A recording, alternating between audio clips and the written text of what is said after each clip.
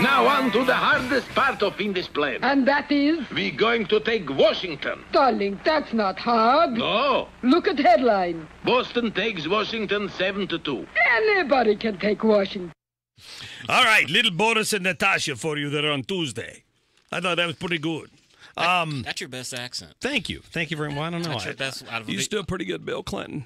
It's not as good as it used to because I know he's older now. So back to the Deutsche Bank thing, and you talking about the tax returns. We got a tweet here to the social media wall here. Just tag it, hashtag MCS971 from Tenacious221, who points out the only thing that'll be revealed on Trump's tax returns is that he probably didn't make as much as he claims. Nothing illegal, nothing shady, just a smaller number than he wants you to know. I think that's part of it as well. He just doesn't think it's anybody's business. I think it's all three of those. If he tells you that he's worth billions and billions, you're supposed to believe that. I think that. I think there's something in his tax returns. He has business with Russian banks. He doesn't want people to know. Right or wrong, it's probably legal. But it looks bad. Well, that's your argument. You're just like former Congresswoman Corinne Brown. If it looked like a duck, walk like a duck, and quack like a duck, it's a duck. And sometimes it's fraud. She's gonna have 5 years to come up with even more witticisms, right?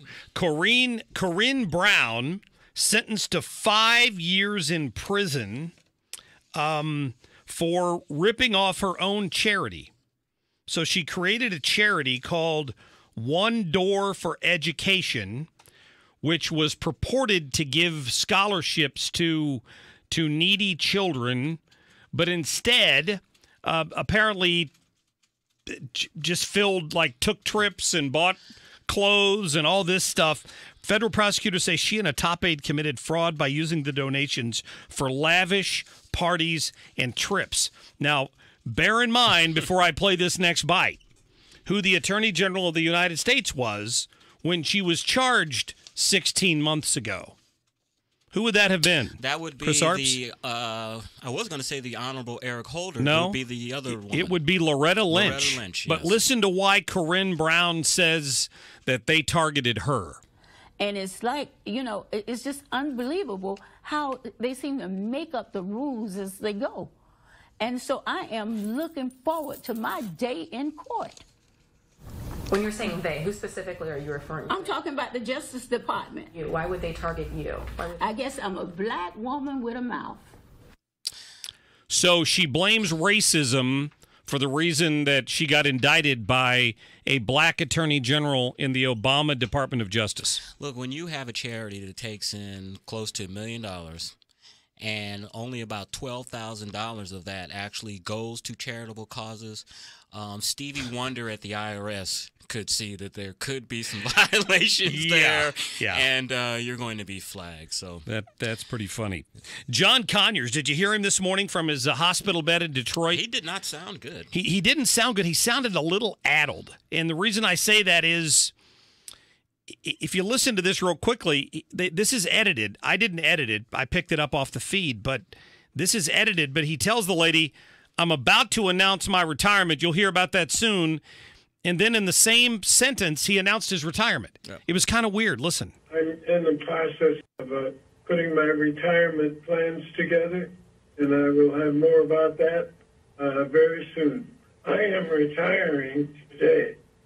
And I want everyone to know how much I appreciate the support, the incredible, undiminished support I've received across the years from my supporters, not only in my district, but across the country as well. And I want to say, it's sad to see someone go down like that. John Conyers is a civil rights icon. He marched with Martin Luther King. He's been in the House for 50 years. He was a voice for the community. I may not have always agreed with it, but it's sad seeing him go down like this. He should quit. I think this puts even more pressure on Al Franken, the Democrat in the Senate, to quit, because I think, the CBC and these black leaders love playing the race card. Well, they've got a beauty of a race card to play right here to say you force Conyers to resign, but Al Franken can stay in the Senate. Yeah. And here, has anybody called for Franken to resign? No, they have not, have they? And here's how they can turn the Republicans can turn the argument around.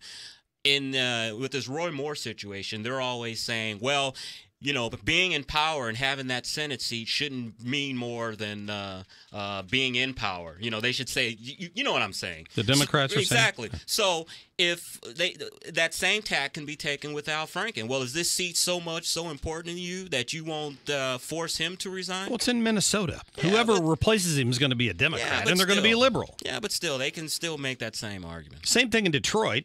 Whether Conyers' son succeeds him, or I understand he's got a nephew who's interested, or his wife may be interested, whoever succeeds him, and he's retiring, not quitting. He's retiring. That's important. He wants to be called a retirement. He's not. That's what he's doing. Can Franken retire? I guess he'd have to just resign. A Republican can win in Minnesota. Norm Coleman was a moderate senator up there for a while before Al Franken beat him by like 6 votes. So a Republican can win up there. They don't want to leave that. They don't want to leave that possibility of that seat being taken by a Republican. Trust me. Yeah, probably not. They don't want him to leave because they don't want that seat open. That's probably a true fact. Let me get to but back to Conyers for a minute. I know that he's a civil rights icon. Yes. And Nancy Pelosi called him an icon, like he shouldn't be subjected to these allegations because he's an icon. But does he not bear any responsibility for the fact that his district, which includes Detroit, looks like a third world country? He's been the congressman up there since probably I was born, and that place is boarded up and just went through bankruptcy and has you name it. It's a mess. Yeah, but John Conyers and Lacey Clay and all of the members of the Congressional Black Caucus make the same argument when you say that. They'll say that Republicans have cut funding and they don't care about the inner cities and they don't care about black areas, so that's why those areas look so bad, because Republicans won't fund them, won't fund initiatives. That's the argument. Even with Democrat, Republican presidents, whatever. That's the same argument they always use. Which is complete hogwash, because we're seeing it in motion in our own city here in St. Louis. 50 years of single-party rule drives government, particularly from the left, drives government into the ground.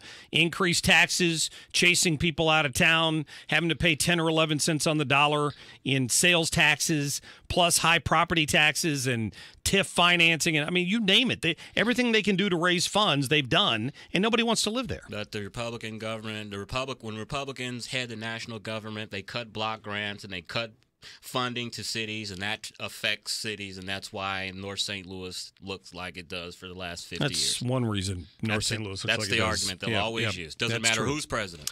All right, Chris, thank you. Thank you. Okay, at Arps on Twitter. Check him out. Be sure you send us some tweets today. We're going to have our Twitter poll later with whether or not you think there's a two-tiered system when it comes to justice in this country. And always forget the Weekend Report. Saturdays the Weekend at 4.